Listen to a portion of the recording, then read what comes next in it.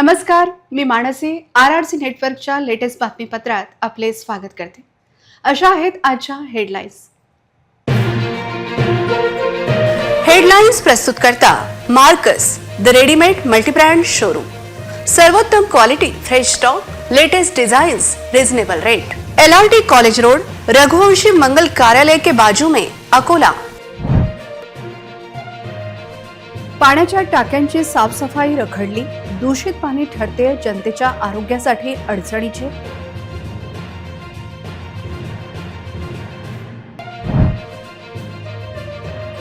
पिंजऱ्यात मुक्त उडणाऱ्या पक्ष्यांना नका करू कैद, अन्यथा तुम्हाला देखील होऊ शकते जेल।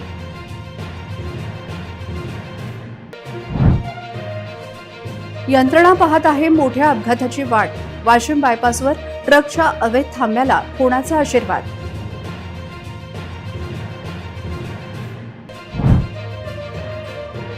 हज यात्रेकरूंची झाली मोठी फसवणूक, टूर ऑपरेटरने मुंबईत दिले सोडून, पोलिसात तक्रार। क्रिकेट मॅच मध्ये पती पत्नी होते एकमेकांच्या विरोधात, पहिल्यांदाच राजस्थानी धोती कुर्त्यात खेळली गेली मॅच। आता सविस्तर बातम्या। महापालिकेच्या टाक्या वर्षातून एकदा तरी स्वच्छ व्हाव्या अशी अपेक्षा शहरवासियांनी व्यक्त केली होती, परंतु आता जुन्या शहरातील शिवाजीनगर, बाळापूर नाका, हरिहर पेठेत दूषित पाणी पुरवठा होत असल्याची ओरड होत आहे। नागरिकांच्या आरोग्याशी सुरू असलेला खेळ थांबेल का, असा सवाल उपस्थित होत आहे। शहराला पाणी पुरवठा करणाऱ्या काटेपूर्णा प्रकल्पात सध्या 30% जलसाठा आहे, म्हणजेच डेड स्टॉक मधून पाणी पुरवठा केला जातो अशी स्थिती सध्या नाही। त्यामुळे प्रकल्पातून गाळयुक्त पाणी पुरवठा होत असेल अशी शक्यता नाही। त्यामुळे टाक्यांची अस्वच्छता, साचलेला गाळ हे कारण आहे का?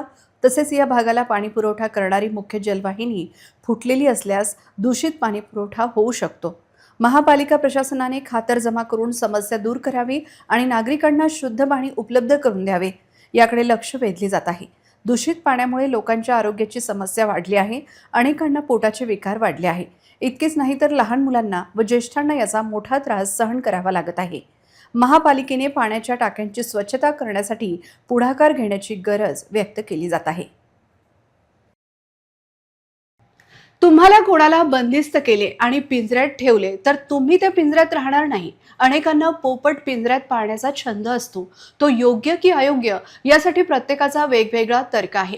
पण आज अकोल्यातील ढोर बाजारात वन अधिकाऱ्यांनी कारवाई करून 6 बंदिस्त पोपट जप्त केले। त्यांना मुक्त करण्याची प्रक्रिया सुरू झाली आहे। वन विभागाने पोपट ताब्यात घेतले, तसेच लोकांना पोपटांचे नियम सांगून हा वनगुन्हा आहे असे मार्गदर्शन करून सक्त ताकीद दिली। बाजाराकडे वन विभागाचे लक्ष राहणार आहे, तसेच पक्षी विक्रेत्यावर कडक कारवाई केली जाईल असा इशारा दिला। ढोर बाजार, दाना बाजार या ठिकाणी पोपट, तितर, बटे तसेच काही वेळा घोरपड देखील विक्रीसाठी आणली जायची, परंतु वन विभाग सतर्क झाल्यामुळे खुल्यावरील वन्य प्राण्यांची विक्री कमी झालेली दिसते। पोपटाची जागा निसर्ग समतोलासाठी निसर्गातच हवी म्हणून RFO विश्वास थोरात व वनपाल गजानन गायकवाड यांना पोपट बाजारात असल्याची माहिती दिली। वनरक्षक सुधाकर मुंडे, मानद वन्यजीव रक्षक बाळ काळणे, अनिल चौधरी, तुषार आवारे व निसर्गप्रेमी राजेश प्रधान हे घटनास्थळी पोहोचले, तेव्हा नियमबाह्य पोपट विक्रेते पिंजरे सोडून गेले। हे पोपट वन विभागाच्या अधिकाऱ्यांनी सोडून दिले। वाशिम बायपास चौकातून वाशिमकडे जाणाऱ्या मार्गावर दोन्ही बाजूला ट्रक, ट्रेलर उभे राहतात। वाहतुकीला त्यामुळे अडसर निर्माण होतो। रात्री तर रांगा लागलेल्या असतात। या अव्यवस्थेमुळे अपघात होण्याची शक्यता वाढली आहे। अकोला ते हैदराबाद असा हा महामार्ग आहे। या मार्गावरील जड वाहतूक लक्षात घेऊन मार्ग मोकळा राहील याकडे वाहतूक शाखा पोलिसांनी लक्ष देणे आवश्यक आहे। रस्ता व्यापून अगदी राजरोसपणे वाहने उभी राहतात, कशी हा प्रश्न आहे। तसेच वाहने उभी करण्यासाठी संबंधितांना मुभा आहे का, हा कळीचा मुद्दा आहे। शहर वाहतुकीला शिस्त लावताना शहराच्या आजूबाजूला होणारी वाहनांची कोंडी दूर करता येईल का, यास प्राधान्य द्यावे लागेल, कारण कशाही प्रकारे वाहने उभी करून रहदारीला अडथळा निर्माण करून देण्याची मोकळीक कोणालाही असू नये। वाशिम मार्गावर उभ्या राहणाऱ्या वाहनांना शिस्त लावणे गरजेचे झाले आहे। वाहतूक शाखा पोलिसांनी याकडे लक्ष द्यावे। हज अथवा उमराह यात्रेला जाण्यास इच्छुक असलेल्या यात्रेकरूंची आर्थिक फसवणूक केल्याचे प्रकार अलीकडे घडू लागले आहे। गेल्या वर्षी अकोट येथील टूर संचालकाने हज यात्रेकरूंची फसवणूक केल्याची घटना पोलीस दप्तरी दाखल असतानाच अकोला येथील टूरच्या संचालकाने उमराह जाऊ इच्छिणाऱ्या भाविक यात्रेकरूंची फसवणूक केली असल्याचा प्रकार समोर आला आहे। स्वस्तामध्ये उमराहला घेऊन जातो असे सांगून तेल्हारा तालुक्यातील पंचगव्हाण येथील 3 यात्रेकरूंची सदर टूरचे संचालकाने फसवणूक केली असल्याचा प्रकार समोर आला आहे।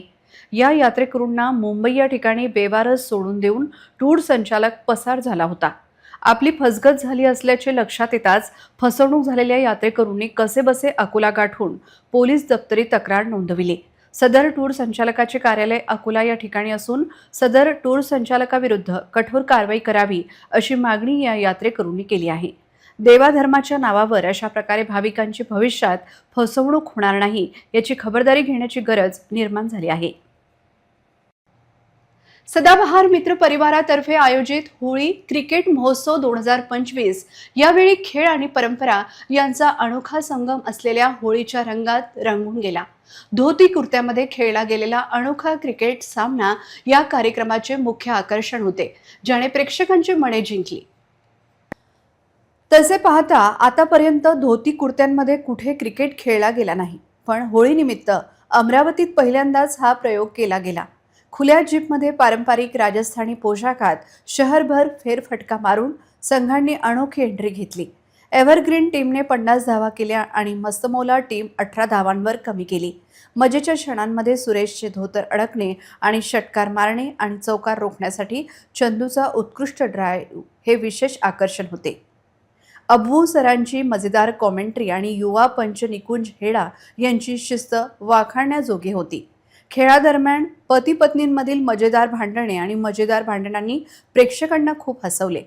आयोजित केलेल्या भव्य मेजवानीत राजस्थानी खाद्यपदार्थांचा आस्वाद घेण्यात आला।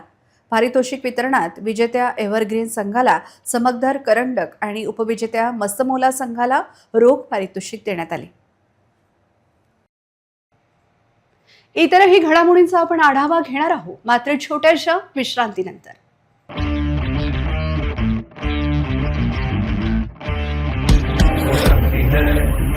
वो शक्ति है, वो शक्ति है, वो शक्ति है, वो शक्ति है, वो शक्ति है, वो शक्ति है, वो शक्ति है, वो शक्ति है।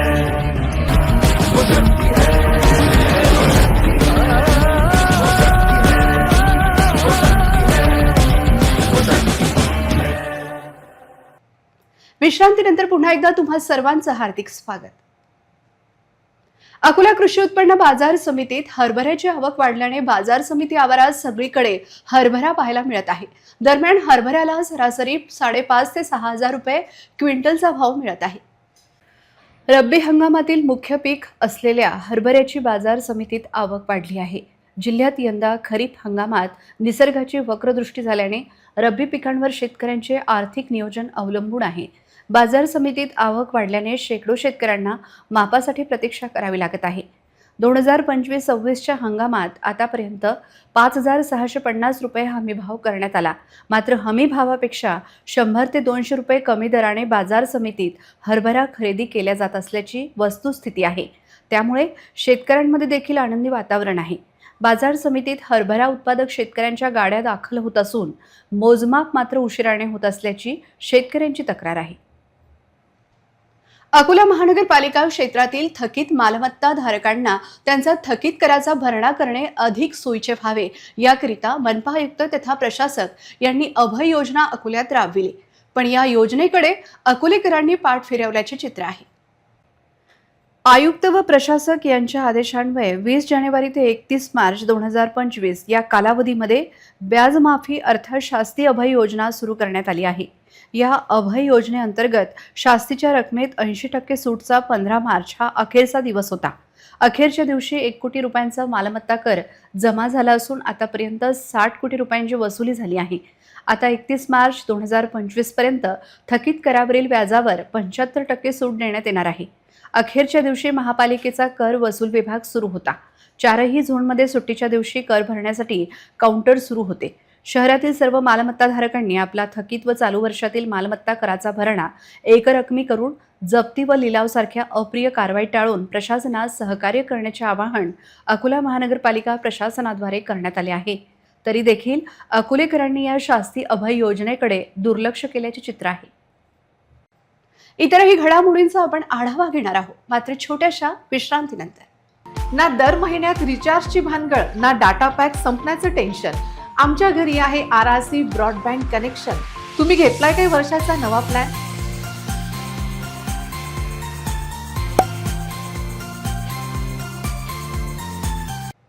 विश्रांतीनंतर पुन्हा एकदा तुम्हा सर्वांचं हार्दिक स्वागत. शहरालगत असलेल्या भोड गावात महापालिकेचा बायोगॅस प्रकल्प पुन्हा बंद करण्याची वेळ आली आहे. स्वच्छ भारत अभियानाअंतर्गत उभारण्यात आलेल्या या प्रकल्पाला दररोज 20 टन ओला कचरा लागतो. मात्र स्वच्छता विभागाकडून नियोजन होत नसल्याने प्रकल्पाच्या कामकाजावर परिणाम होत आहे. महापालिकेने 250 टन क्षमतेचा घनकचरा व्यवस्थापन प्रकल्प आणि 20 टन क्षमतेचा बायोगॅस प्रकल्प सुरू केला आहे. ओल्या कचऱ्यावर प्रक्रिया करून या माध्यमातून बायोगॅस खत आणि वीज निर्मिती करण्यासाठी हा प्रकल्प उभारण्यात आला. अनेक खाद्यपदार्थ विक्रेते यांच्याकडे ओला कचरा निघतो. महापालिकेच्या हद्दीत शेकडो पावभाजी, भेळ आणि अनेक छोटी चाटची दुकाने आहेत. या विक्रेत्यांनी दररोज अधिकाधिक ओला कचरा निर्माण केल्यास ही समस्या कमी होऊ शकते. परंतु काही वगळता इतर हातगाडी विक्रेते त्यांच्याकडून निर्माण होणारा ओला कचरा कचराकुंडीत टाकण्याऐवजी रस्त्याच्या कडेला किंवा खुल्या ठिकाणी टाकतात. मुळात ओला व सुका कचरा असे विलगीकरण होत नसल्याने या प्रकल्पाला कच्चा माल मिळत नाही.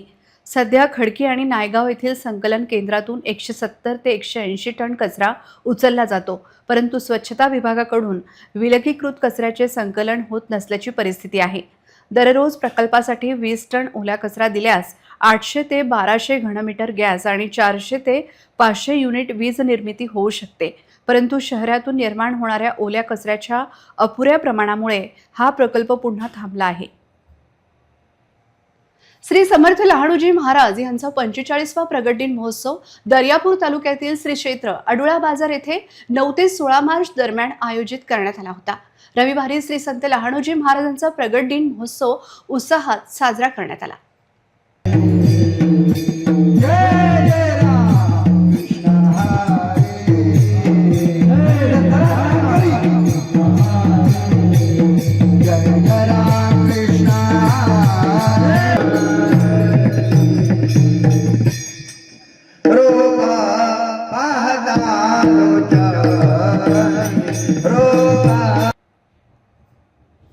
दर्यापूर तालुक्यातील श्री क्षेत्र अडुळा बाजार येथे जणू काही भक्तांची पंढरीच अवतरली आहे असा भास होत होता.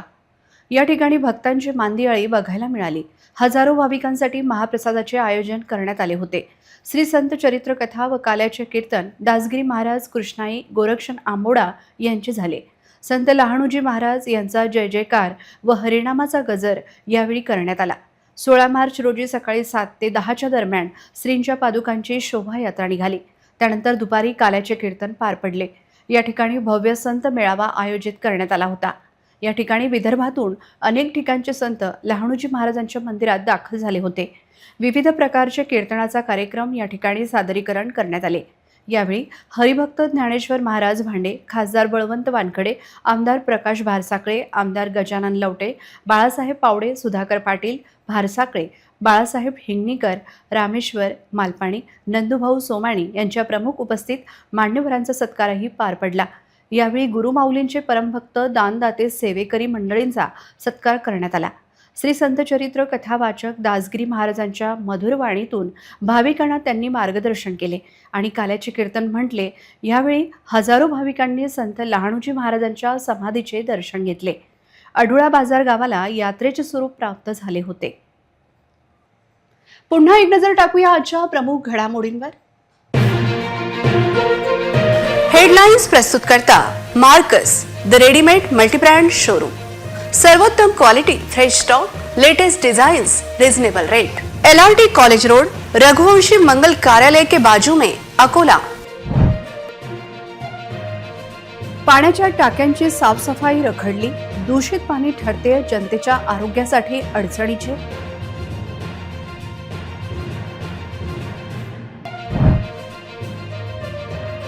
पिंजऱ्यात मुक्त उडणाऱ्या पक्ष्यांना नका करू कैद.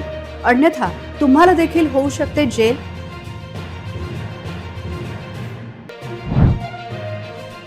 यंत्रणा पाहत आहे मोठ्या अपघाताची वाट. वाशिम बायपासवर ट्रकच्या अवैध थांब्याला कोणाचा आशीर्वाद.